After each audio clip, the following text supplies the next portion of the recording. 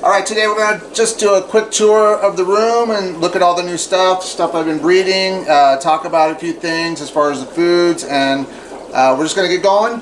And first tank is, I've bred these in my room. These are the three of them are left, and then there's a wild heckle in there.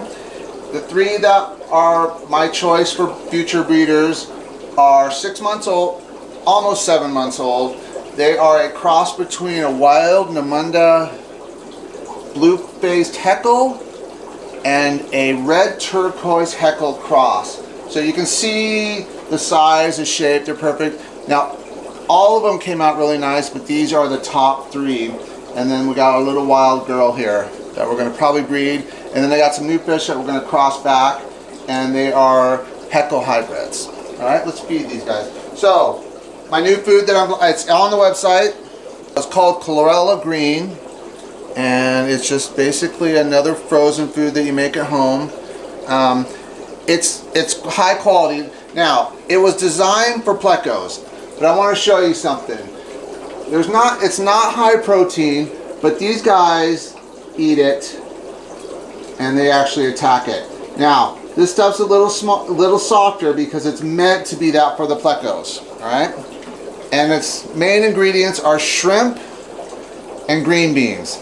Now, I thought there was no way possible that these Discus would eat this. I'm thinking they won't eat it, right? They eat it and they love it, and there's never any left in the tank. So all my Discus eat it, but my rainbows eat it, my rams eat it, all my Plecos eat it, my guppies eat it. And we want it to spread. We do not want food that sits in a corner and one fish dominates, right? Because you see this heckle here? It does not get food if I do not feed this way. So if you watch it, it comes in, it's subdominant, now it's a wild fish, and this way it can eat. It's just high quality as far as the ingredients, but it's purposely kept, I wanted to keep the protein down for basically herbivore to omnivore. Now the daily delight is omnivore to carnivore, right? So this one I would be comfortable feeding 3 or 4 times a day and not even be worried about it. But if you see this heckle, so this heckle's wild, right?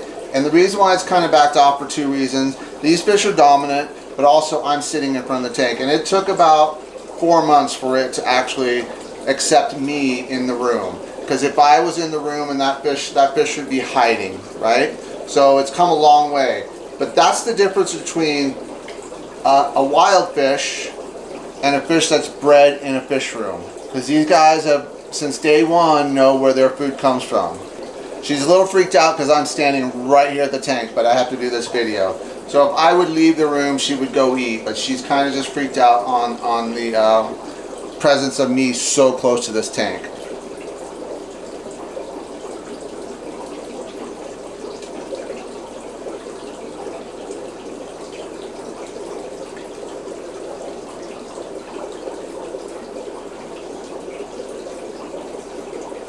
Okay, so I walked out of the room because I wanted that heckle to eat. So I've come back, and the food's almost gone. They've probably eaten 80% of it. Now, that's what's nice about this food is they will eat this for the next couple hours, right? They will pick up every single kernel and crumb, and you can look at the ingredients. It's amazing. And you don't grow Discus like this on pellets or flake, right? No beef heart. I'm strictly against beef heart. So that's one thing I will never feed my Discus. Now, does it grow Discus? 100%. It grows them quick, but so does this. And one thing about this is these fish are going to have long lives because they cannot process the beef in there. It takes a toll on their livers. And there's a big debate. I'm not going to go into all that, whatever. I just know that once I stopped feeding beef heart, my survival rate went up. And the life longevity in the fish went up too. So I understand beef heart, it grows the fish fast. There's no doubt in my mind. I used to use it, 20 years ago. I do not use it anymore. And since I found this product, there's no reason to, because I can grow Discus like this now with this product, and it's healthy, and it's everything they would find in the wild, or as close to the wild as I can get. So now you see that heckle. She's gotten a taste of the food, and she's coming around. And these guys are jockeying for dominance. Big Blue here, and this is my prize right here. He's number one, and you know, hopefully he stays number one because we want him to stay 100% healthy, because that's a future breeder. And what you have to understand is that's a half wild fish. All right. Okay. Off to the next tank. All right. So this is my breeding pair of the turquoise half heckle and the red turquoise half heckle. And this is the mom of the fish we just watched, the Big Blue. So this is the mom. All right. Now, I want Umbrella Green was designed for catfish. So it's not designed to stick to the tank like the Daily Delight, but it can still stick up there. So we just kind of put this up. And like I said, I had no intention of feeding this to Discus. I had every intention of feeding it to the Plecos. All right. So one thing about the Discus, how they eat this food, is they naturally want to break the food up, right? So they want to take it in their mouth, and they crush it, and they spit it back out. Because they're grazers, and so they want to graze on food. They don't want to eat solid pellets. They don't want to eat flake food. Even when they do eat flake food, you'll notice they'll take it in and spit it out. Take it in and spit it out. And that's just how Discus are designed to eat, right? They eat that way. So she had a little gill problem for a while, and we treated it with Prozi and erythromycin, which is coming out next, and it healed it. She has a slight flare on her gill now, but she's clean as far as scrapes and everything around her gills, as far as flukes and everything. But you know, it takes a while for those gills to heal up if they've had flukes in them. All right, off to the next one. All right, so this is the these are the young Kupwa. Their dad was a wild and mom's an F1. And these guys are approximately 3 months old. So let's feed these guys some of this chlorella green and see how they take it. This is the first time they've seen this, so I'm curious. So it's been out of the freezer for a while, so it's a little mushy, but that's okay, because it's designed to break up anyways. So let's put it here.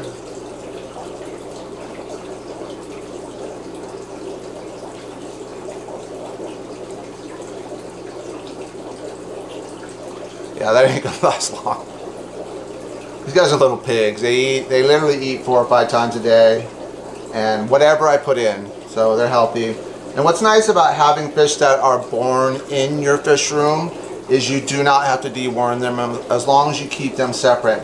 Now, all the fish in my fish room that come in are dewormed, and so I have no problem mixing them once they've gone through that process of the levamisole, the Prozi, erythromycin mix, and then, like I said, the Betronine is all I keep for when fish are not doing well, usually from bullying or stress, so, or both. So these guys will sit here and pick at this. Now, it is broken up a lot because it's not frozen. When you stick it to the glass and it's frozen, but I have it out in my warm fish room and feeding everything. So I stick it back in the freezer for a couple minutes, but it's not enough time to refreeze, so just keeping it cool. So nice about the food. And I gotta say that I don't watch much YouTube, but there's a guy from Australia, Nick from Keeping Fish Simple, I believe. He has a food and he has the right concept, right? It's not about target feeding, it's about feeding a fish tank, right? Fish tanks are meant to be fed. It's not meant to feed a fish. So when we're taking care of fish, we're actually taking care of fish tanks. And part of that is feeding the tank, not feeding the fish directly. So these guys will sit, and that's what's nice is they'll get food for the next 45 minutes because they'll clean up all this little debris, right? And it's all little good nuggets for them. So that's what's nice about this food. Now we have the carnivore or the omnivore, which is the Daily Delight. And I haven't given them any of this today because I wanted to try this food with them and see how they reacted. And so you see how they're eating off the bottom. Some of them are eating off the top. And that's kind of what we want. We want disbursement of food. We don't want target food, okay? All right, let's go to the next one. Okay, so these are my son's Blue Deltas. He bought a trio with his own money, and he's making money. He wants a Nintendo Switch. So I told him that I would pay half if he can come up with half the money. And he said, Dad, I'm 7. How am I going to make money? So I taught him how to breed guppies. Now he's doing really well. He's probably made about $100 so far, and he has a lot left. And we've even pulled out some really nice ones that we want to select breed. And I'll probably breed those because the body's becoming more solid blue on some of the males, but also the some of the females are getting the what do they call it? The elephant ear fins. I don't know what they're called, but anyway, because I don't do guppies. But these are pretty cool. I like them, and they sell pretty good. One thing I don't like is the big tail fin. Now that's just a personal thing, so I'm going to try to breed that down. And then I really love the females with the black elephant ear fins. So let's try these guys and see what happens. So this is the chlorella green. Let's see if they like it. It's perfect food for guppies because, you know, guppies could use protein, but they don't need protein all the time. So it's just a good in-between food. And this tank is full of my extra regular Pleco, the regular bristle nose that I put in new tanks when I deworm Discus. So they're eating it pretty good. So they've never seen this before either, first time they've ever seen it. And the reason why is because I've been working so hard on the business. I just haven't made very many batches, and this took me a lot. Didn't take me as long as the Daily Delight. This probably took me 6 months, where the Daily Delight was about a 2-year project. But I learned so much on that one that it was easier for me to make this. Now, like I said, I had no intention of other fish eating this food. This was meant for plecos. My L134s eat it. Now, one thing about the L134s at night, I don't feed a bunch of food to them, because what I've learned is they don't eat a bunch of food, right? So every night I give them, like, I break it up and I give them like this much food in my finger. So two thumbs widths, and that's gone every morning. If I go any bigger, it tends to be there in the morning. Now I have rainbows in that tank, so they eat it, but I'd rather not have that. I'd rather have them eat as much as they can, and then still, and not have extra left over in the tank. So how are these guys doing? Yeah, so it's gone. That's what's nice about this. I think it's because there's so much vitamin in it. The green bean doesn't have any protein. The shrimp has low protein, so that kind of gives you the protein they need. But yeah, let's give them a little more since they ate it. And this tank is full of Guimaras, freshwater shrimp. It's packed. And I leave all this mulm in. And at night, if I come in and flashlight, the Guimaras are everywhere. So it's an awesome tank. I love that, and I've never had those in my fish room before. And it's pretty cool. Now, they make a great food for fish, but that's not the point. I'm kind of just doing a Guppy Guimaras tank with some Plecos in it. So they're going to eat all that, and let's watch them go to town on that.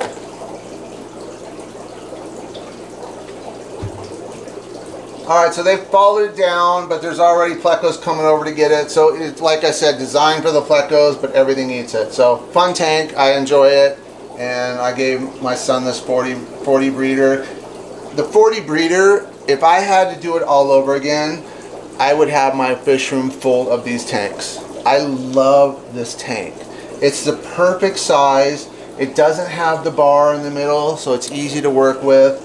Everything about it is a positive. So, you know, I love the 50s, I love the 60s, the 75s, the 90s. They have their purpose. But if I had to do it over, I would get rid of all my 20s and all my 29s and probably use these even for discus breeding, because I just think it's the perfect height, the perfect size, nice width. So I really enjoy the no bar. It doesn't seem like that would be a big deal, but when you're working in tanks every single day, though, that bar is a pain in the rear. So love the 40 breeder. Easily one of my favorite tanks. Alright, so these are more of the Koopa. I have two more at this size, so I have about probably 150 of these Koopa. And these are again the wild with the F1 cross. And if you do any research on the Koopa, you'll understand that they're going to be endangered because it's a lake kind of like Alum, off of Alum, the river.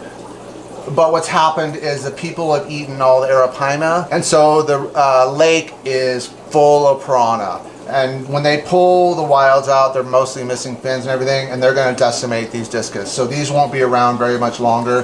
What's nice about this strain is they're actually found in about 76 degree water, which I like because I want to be able to produce a lower temperature discus. I don't like having my discus at 85 degrees. These guys are sitting about 83 right now, 84, because they're still growing out. But let's try some colorado green. They've never seen this before, but these guys are little pigs. They're going to eat it. So they eat whatever I put in. So like I said, this stuff is not frozen because I got a warm fish room and I'm shooting this video. But let's see how long it takes them to get that. But you see the shedding off of the food, and that's what I'm looking for. I do not want my food to sit in a corner somewhere. Yeah, that ain't gonna last long. That's that's not gonna last very long. So I would actually feed these guys a nice chunk because, you know, there's 40 fish in there, and so we want to make sure they're all getting food. So you see the peel off. That's what I'm looking for. That is the right way to feed a fish tank. I know you guys, a lot of you are going to say, oh, that's messy. But here it is you need these fish to all get food, right? I put a piece of food in the corner, and there's like 7 or 8 fish eating it. The rest of them are going to starve and hopefully get some scraps. This way you're getting that full feeding, right? And you can see even at the bottom. Let's put a little more in and see what happens. So that's the key to feeding fish. It's not about pellets. Now, I do feed pellets, but I feed a lot of pellets because I want everybody to get, you know, at least 2 or 3 good sized pellets, and I have different sizes. But this food is a lot easier to make, and I'm going to tell you what, right now, I'm going to put it on, or actually it's on my website, but I'm going to put on a discount for probably 15, maybe even 20% off, because I want you guys to try this. Like I said, I had no intention of feeding other fish this stuff. This was designed, plecos, maybe some cories and stuff like that, but mostly bottom feeding fish. And it's been sitting in the freezer a little bit, so it's sticking a little better now. But if you look, they're going to eat this food for a good 45 minutes to an hour. And growing fish, that's what you want. Now, it does not have a lot of protein, like I said, but that's okay because it's packed with vitamins. If you look at the ingredients, it's insane ingredients. So it's probably in the 30s as far as protein, and but the fat's still pretty high. It's probably in 7 or 8 fat. I'll have to look at that to make sure. It's been a while since I've even made this. It's kind of been put on the back burner because I've been working on the website so much. So that's kind of why, and other business and everything. But I just kind of wanted to get back to this because I was shocked how well this performed. So these guys will eat that for a good hour easily. All right, let's go to the next one. All right, guys, these are the wild Altones, the Pashada. Sorry about the glare. There's not much I can do. There's a window right here, but I'm going to show. And like I said, I don't think these guys, maybe they've seen it. I don't remember, but it's been so long because I haven't made a batch in about 3 or 4 months. So let's see if they eat it. So right now I'm dropping the pH in this tank. It's about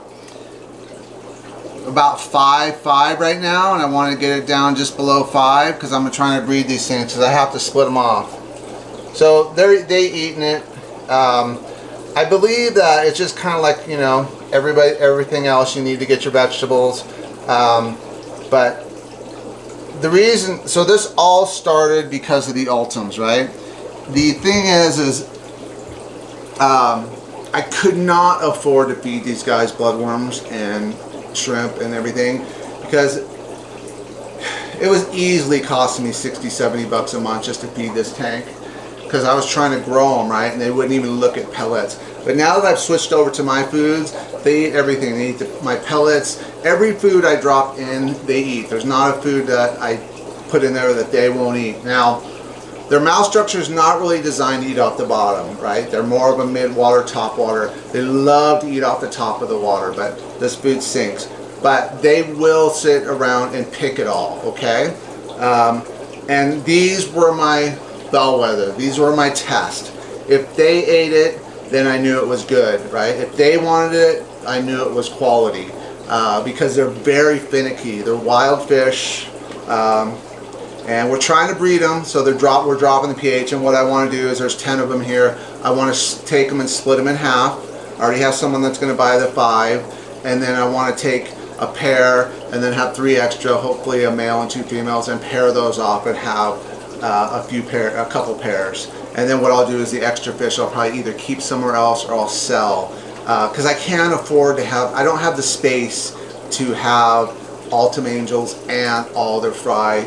You know, I have enough probably for 1 pair and their fry, and I can make that work. But they're gonna have to go quick because I can't hang on to the babies and stuff. All right, so they are slow eaters. They do not eat fast. They do not eat a lot at one time. They are like the ultimate grazer. I think in the wild, they just kind of wait for food to come by, and that's how they eat it. So they're not something that's going to go, but they're eating all this. And what's nice about this product is I don't have to ever vacuum it up. It always is gone, right? And same with the Daily Delight. All right, so let's go to the next tank. Okay, so this is one of my projects I've been working on for about almost 9 months. This is my 5th generation of the Monocopora red shoulder. But what I've done is I've actually found a albino red shoulder. And so my first ones were F1s that I got from a guy in Arizona that has family in Brazil. But these are the red shoulder, and you're going to start seeing, I don't know if you can pick it up on camera, but there is the wild type. These are probably F3 or F4, I can't remember. And then you're going to start seeing a regular just flat line on the back. And then now you'll even see right here, look at, we got some albinos finally coming out after a 4th generation. So there's one, and there's one more in here somewhere. Maybe you can see them. Oh, right here. Okay, so these guys have never seen, because they're too young and I haven't been making this food. So we're going to see what they do. Oh, and also there is about 40 or 35 F1 Pontinal stir-by corridors in here. So let's see if they eat it. Okay. So it's really getting mushy because I'm not freezing it, it's just sitting out, but that's okay because this food is designed to really break up. This is the ultimate. So that's a lot of food. Let's see what happens. So what I like about this strain of these angelfish is the finnage. The finnage is perfect. It's insane how clean they are. And I'll show you some pictures of the parents, the original parents. Well, they're F2 now. But I kept 1 pair of the F1 offspring. I did sell all the F1s. Because one thing about angelfish is if you breed angelfish, you have to be real careful because they will take over a room real fast. And they're hard to get rid of unless there's a wholesaler that wants to buy them all. So it's one of those fish that you got to be really conscious of in your room. You know, they're easy to breed, but they can take over a room so fast. So I actually have 2 more pairs of this cross between the F2 and the albino Monocopora, and the albino was beautiful. So I ended up selling the albino because someone wanted to give me a lot of money for it. But so it's awesome because now it's dropping down. Let's see if the Pontinal will go after it. So again, spreading out. Look at all the fish are getting food. There's no fish, and they're all kind of concentrated around the food, right? But it's spreading out, and here come the Pontinals now. So they smell it coming down. There's a couple, and so they're getting little bits. Now these stir-by, they eat all day long. They're constantly turning over the sand, and you're wondering why I have a no sand and sand. This is just kind of like their zone, so I can, because it's tough getting food past these angels. So what I can do is I can drop food inside this little area here where they kind of hang out and hide. Now it doesn't look like there's that many in here, but there are, last time I counted it was about 35. And you can kind of see here, this is a bigger guy, he's eating. And so I have 9 wild Pontinals, and these are their 1st generation. So one thing I noticed about the stir-by, it's one of the most beautiful and one of my favorite corridoras.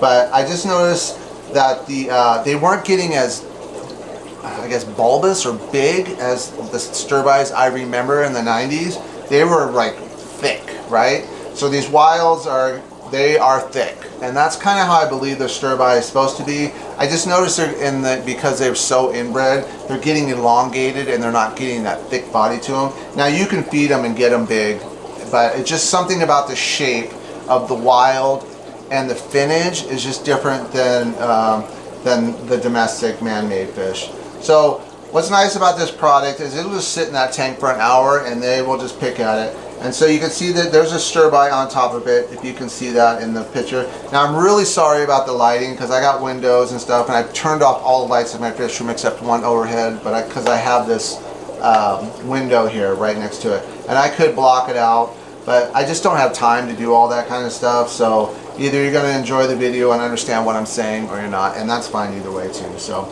but yeah, so this is exciting. So you can kind of see here, this is a red fin, so it's getting a red dorsal, and it's almost lost all its stripes, and that's because of the albino gene. So you got in kind of the wild type, you have the albino wild, and then you have the true albino right here. And what's going to happen is I'm going to take one of these albinos, which have really high fins, I'm going to take those and breed it back to the mom, and then take it and then probably try to get another wild and breed it back, and then breed it back to another one of these halfways with the red. Now that sounds confusing, but that's kind of how we set strains, and it's same with Discus and everything, but these are really fun. I could easily have 5,000 of these in my room, but I like about 100. That's kind of, I don't know, 60 to 100, I'm not sure, I don't count them, but these guys are awesome. Personally, I like the stripes. I love the stripes. I think they're amazing, but they don't sell, unfortunately. Most people don't want them. Now they're hardcores, like Bob Allen, he's local here. He wants the wild type. He does not want anything to do with this domestic breed. He wants the real stuff, and that's kind of like the same with me, and that's why I bought them initially, because I thought they'd be popular. They're not popular. Well, they're not popular locally. I ain't gonna say they're not popular, just locally here. No, everybody wants a designer. And I see a lot of angelfish with the floppy fins. I cannot handle that. I'm not an angel person guy, but I cannot stand an angelfish with a floppy fin. It's kind of like the orcas at SeaWorld when they get that floppy fin. It just ruins the whole point of that animal, because they are meant to have the straight fins, and that's the thing. And what's nice is because these come from wild stock, there's no culling, and that's the same with the Discus. There's no culling in my Discus.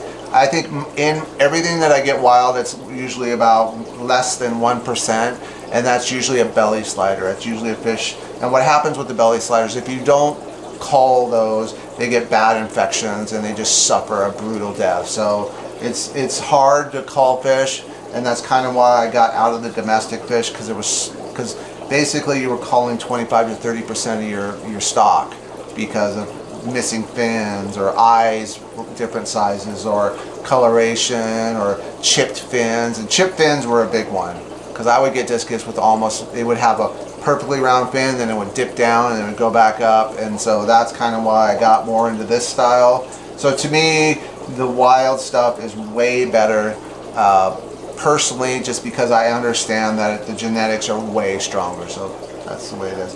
But yeah, so these guys have little mouths, but you can see the cories are all around it. They're eating, and they're getting all that little runoff, so they really like it. All right, off to the next one. All right, guys, I won't be on camera on this one. You can see my hand here. It's a little tight down here. So this is one of my bottom tanks. It's just a fun tank for me. It's Father Fish inspired, because he commented on one of my videos that I was doing it wrong, so I just wanted to make sure I could someday show him that. Yeah, I have deep substrate too. It's not hard to do.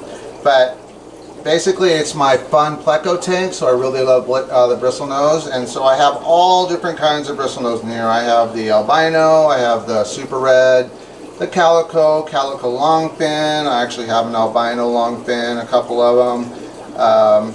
And basically it just, I have a green dragon in here. It's just my way, I just enjoy the Pleco, so this is my Pleco tank. And really what this is for too is for my kids. They love to come down and sit on the floor and color and, you know, read a book or whatever, and they'll sit in front of this tank and they just love it. So right now you can see I just put the food in. There's 3 different batches. There's one over to the left, one kind of in the middle where the calico's on, and then one to the right where there's a long fin calico. Now there's a lot of breeding going on. One thing about this tank that I got to do is there's a lot of males. So I got to start pulling some males. I have like 4 albino males and a couple of super reds. But same thing, same idea. Is they just rasp on the chlorella green, so it's really good for them, low protein, and it kind of spreads into those rocks. And so the plecos feed on this stuff for the rest of the day because it breaks up and kind of goes in those little crevices, and they'll just go through and clean this tank all day long. Now usually I feed this tank at night. Usually drop some food in there at night, so they don't usually come out during the day at all. But you notice that food's pulled them all out. Now they're not all attacking the food because they're just not used to me sitting so close to the tank. But the ones that are really hungry are out here, and they've almost polished off the ones I believe it'd be to your right. So what this food was designed to do, to sit in the tank and let them eat it. You know, rasp on it for a few hours. And I wasn't sure how the L numbers would take it, but like I said, if I put a piece in, I have 9 of them in there, and half of those are wild. If I put a piece in twice as big as my thumb, I got a pretty big thumb. So I got a pretty big thumb. But two of the size of my thumb at night when I go to bed. Usually lights go out here about 7:30. So I have my lights set to the sunrise, sunset. So right now they're going on about 7:45, 8 o'clock. So at 9 o'clock I just come down and throw food in all these tanks. So these fish are usually never out during the day. They are either hiding in their caves, but you can see this food brings them out because it was designed for them. Now I haven't been feeding it to them. They've been eating pellets, and they've been eating some of the Daily Delight, and they get flake food, and they get all kinds. Every now and then I'll throw a blackworm in there, a freeze-dried blackworm on the top, and they'll come up and eat that. But you can see this big male over here. He's the big boy of the tank. He's on that, and he'll sit on that for a while. And I believe he has eggs. So to come out when they have eggs is pretty impressive as far as the odors to get them to come eat food. So, all right, guys, that's about it. I just kind of want to make a quick video. So I went through probably 6 or 7 of my tanks. I have 35 tanks in this room, so I'll probably start doing more videos as far as just tours. But I want to introduce this food, and so I haven't made the discount yet on the website, but by the time this video is out, I will put this food on the website at 20% off. And remember, shipping now has come down. It was at $79.99, and I just feel like $29.99 at this point, just to get some people trying my stuff and hopefully commenting on it and getting the word out a little bit would be awesome. So I brought down that shipping to $29.99, all right? And then if you spend $79.99 and use YouTube 10, you get $10 off too. So I really want you guys to give this stuff a try. And all the products on my website, again, are the ones that I use myself. So, all right, there you go. Let's watch a little bit longer.